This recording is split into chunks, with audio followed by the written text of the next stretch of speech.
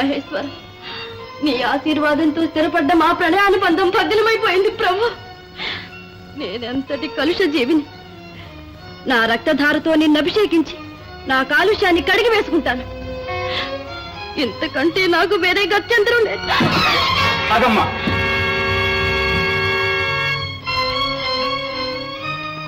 ఆ పరమేశ్వరానుగ్రహం ఉన్న వారికే కఠిన పరీక్షలు ఎదురు కావడం సహజం.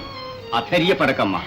మహర్షి తమరు కంఠాసురుడనైన నాకు నీ కారణంగా నాడు శాప విమోచనం జరిగింది. నేను మీకు ఎంతో రుణపడి ఉన్నాను. ప్రత్యుపకారంగా శత్రు రహస్యాలను భేదించగల ఈ పాదుకలు నీకు ఇస్తున్నాను. ఆ వీరసేనుడు మహామాంత్రికుడు ప్రాణరహస్యాన్ని ఎక్కడో భద్రపరిచి ఉన్నాడు. ఈ పాదుకలు ధరించగానే తనకు తెలియకుండానే తన రహస్యాన్ని బయట పెట్టగలడు. ఉజ్జయినికి వెళ్ళు, నీకు సకల భద్రములు కలుగును. ధన్యురాలం స్వామి. లోకమోహిని దేవి, లోకమోహిని దేవి. బట్టి లోకమోహిని ఎక్కడా? ఆమె నేను అరణ్యంలో విడిపోయాం. నీవు మణిమంజరి. మన విక్రమార్క మహారాజులం వారు వీరసేనుని దేహం ధరించి సువర్ణ నగరానికి వెళ్లారు. ఈ వార్త మీకు అందించమన్నారు. మంచిది. క్లీం భళా క్లీం. భట్టి, ఏమిటిదంతా? అన్ని చెబుతానమ్మా. ముందు ఆ మాయా విక్రమార్కుని ఉజ్జయిని నగరం నుండి తరిమి కొట్టే పథకం ఆలోచించాలి.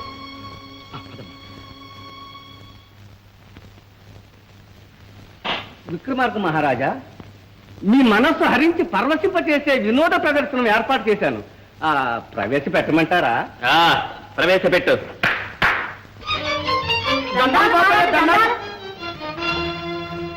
చూస్తావా పిల్లమ్మ, మహారాజు కానుకలు ఇచ్చుకో. కానుకలు బంగారు పాదుకలు తెచ్చాను. కాలికి ధరించి ఒళ్ళు మరచి మా నాగదేవి ఆట చూడండి మహారాజా.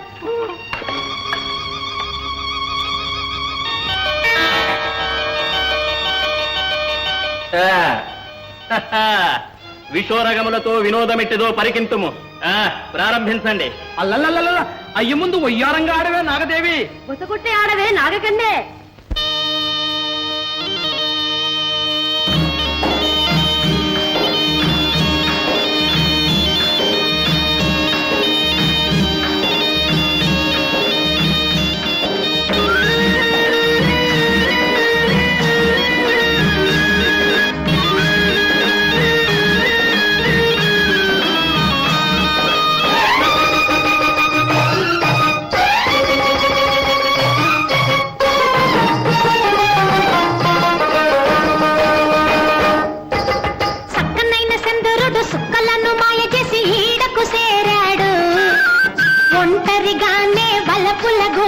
రమ్మని అంటాడు. పొలంని మనస్సులోని మరమాలన్నీ నాతో చెబుతాడు. మరాజు మనస్సులోని మరమాలన్నీ నాకే చెబుతాడు.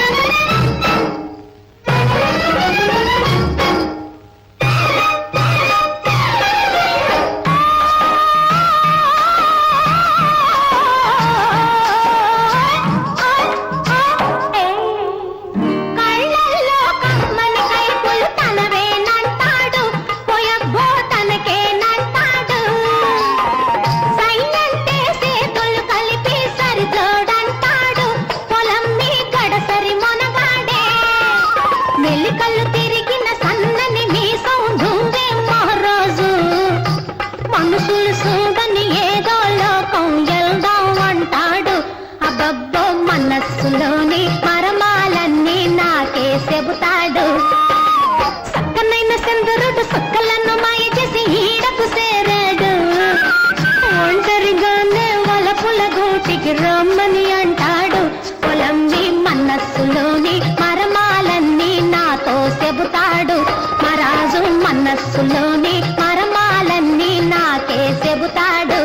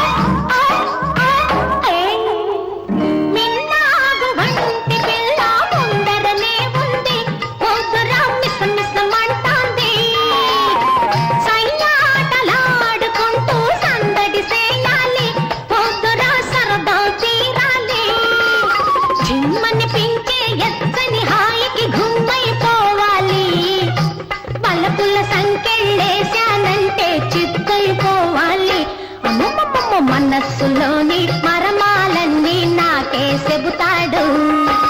సక్కనైన చంద్రుడు సొక్కలను మాయ చేసి ఈడకు చేరాడు. ఒంటరిగానే వలపుల గూటికి రమ్మని అంటాడు. పొలంని మనస్సులోని మరమాలన్నీ నాతో చెబుతాడు. నా స్వామి మనస్సులోని మరమాలన్నీ నాకే చెబుతాడు.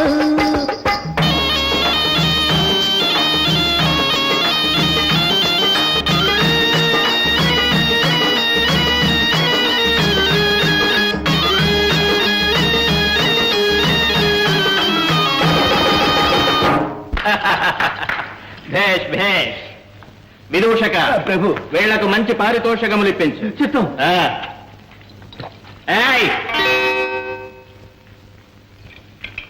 నువ్వుండు, మీరు వెళ్ళవచ్చు.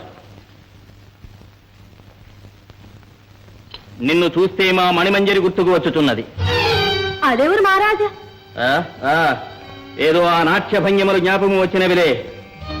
పాములాట కట్టి బతికేదాన్ని, దేశాలు తిరిగేదాన్ని మీ గొప్ప వీరసేన మహారాజు చెప్పినాడు.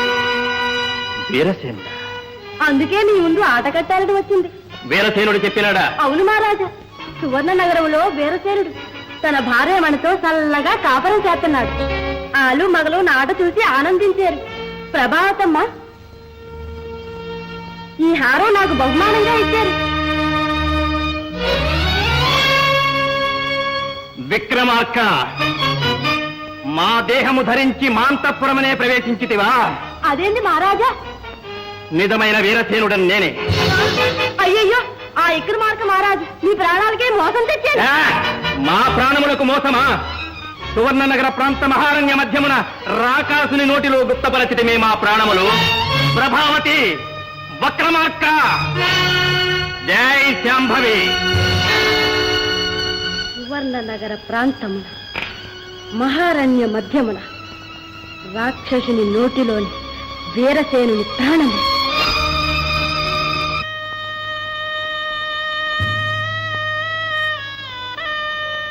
లోకమోహిని,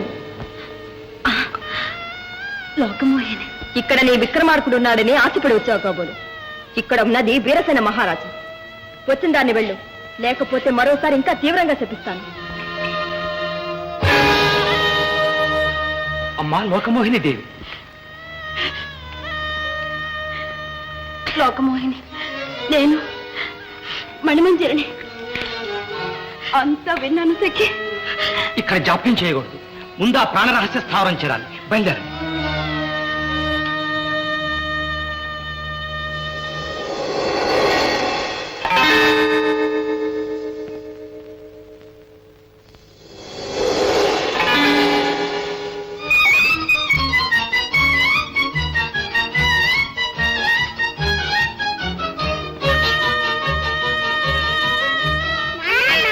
నాయన సుబుద్ధి, అమ్మా సునీతి, మీరు గోప్యస్వాముల వారిలా ఉన్నారు. నేను కాదు, విక్రమార్క మహారాజు సోదరుడు భట్టి.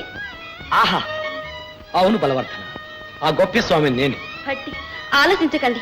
ప్రాణ రహస్య స్థావరం త్వరలో చేరుకోవాలి. వదండి. ఎవరి ప్రాణ రహస్యం? వీరసేనుడిది.